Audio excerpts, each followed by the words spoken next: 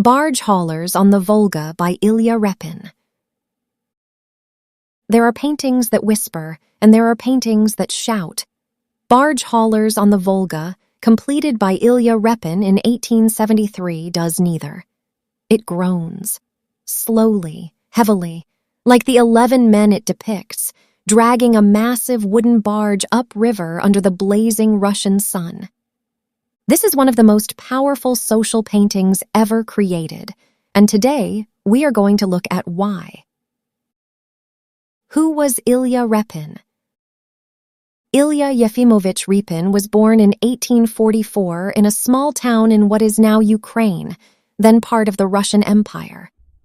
He grew up in poverty, the son of a military settler, and taught himself to paint by helping local icon painters as a child.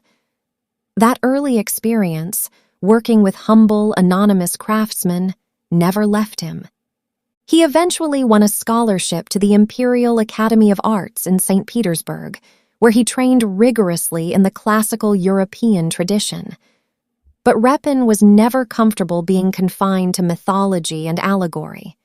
He belonged to a movement known as the Peredvizhniki, or the Wanderers, a group of Russian realist artists who rejected the Academy's detachment from everyday life and chose instead to paint the raw, unvarnished reality of Russian society. They organized traveling exhibitions to bring art to ordinary people across the country, a radical act at the time. Repin would go on to create some of the most iconic images in Russian art history, including his enormous canvas reply of the Zaporozhian Cossacks and the deeply unsettling Ivan the Terrible and his son Ivan. But it was this painting, Barge Haulers on the Volga, that first made the world stop and stare. The painting itself. Repin first encountered barge haulers, called burlaki in Russian, in 1868, while on a sketching trip along the Neva River near St. Petersburg. He was struck, almost physically, by the contrast between well-dressed pleasure seekers on the banks and these half-naked, exhausted men pulling heavy barges with nothing but the force of their bodies. He spent years researching and sketching before producing the final masterpiece. The painting is large, roughly 2.5 meters wide, and that scale matters. These figures are almost life-size. You cannot dismiss them as distant background figures. They are right in front of you. 11 men are harnessed together in a long row, bound by thick leather straps called burlak harnesses that cross their chests and connect to a single tow rope. The ground beneath their feet is sandy and hot. The Volga, Russia's greatest river, stretches out behind them, flat and indifferent, under a pale, hazy sky. Reading the figures. Repin was meticulous about each individual in this procession. These are not generic symbols of suffering. They are distinct human beings with faces, stories, and inner lives.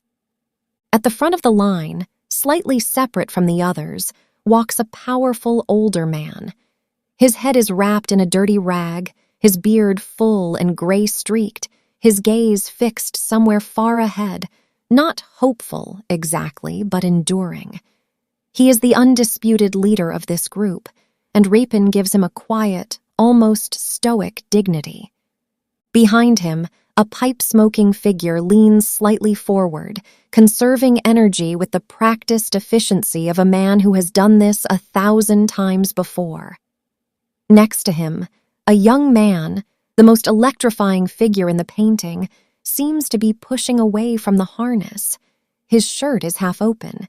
His expression is the only one that carries something close to defiance.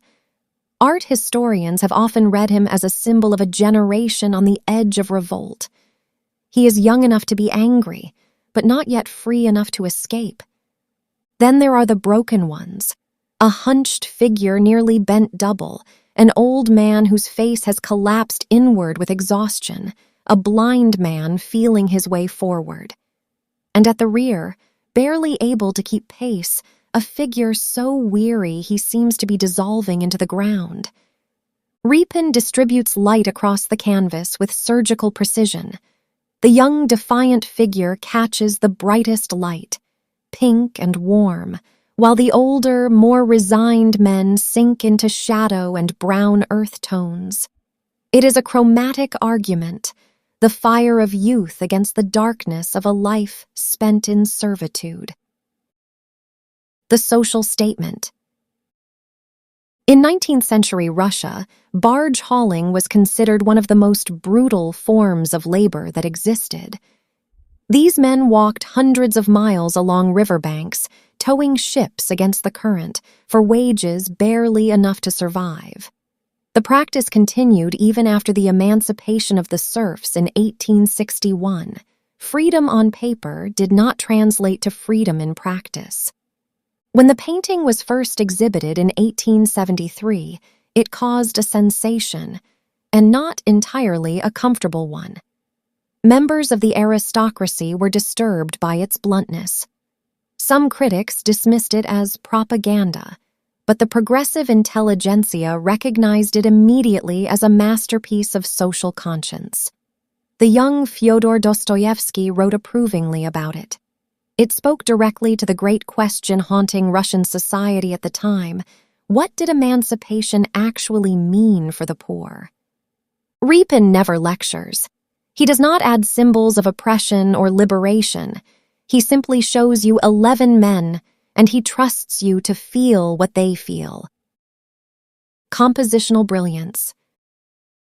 From a purely formal standpoint, the painting is a marvel.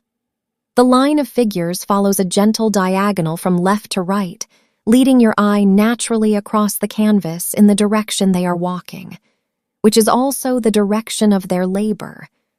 The barge appears in the background on the right, giving the entire composition a sense of purpose and destination, however grim. The palette is deliberately muted: dusty ochres, weathered grays, faded blues. The Volga's water is not romantic or beautiful. It is simply there, vast and uncaring. The sky offers no drama, no storm, no theatrical light. It is an ordinary afternoon, and this is simply what ordinary life looks like for these men. That refusal of drama is perhaps Repin's greatest achievement. He does not ask you to pity these men in a comfortable, distancing way. He asks you to see them clearly. Legacy. The painting now hangs in the Russian Museum in St. Petersburg, where it has been for well over a century. It has been reproduced, referenced, parodied, and reinterpreted countless times. During the Soviet era, it was claimed as an early masterpiece of socialist realism, though Repin himself had no interest in ideology. He was interested in people. Repin lived a long life, dying in 1930 in Finland, on land that had once been part of Russia, and which he refused to leave even after Finnish independence separated him from his homeland.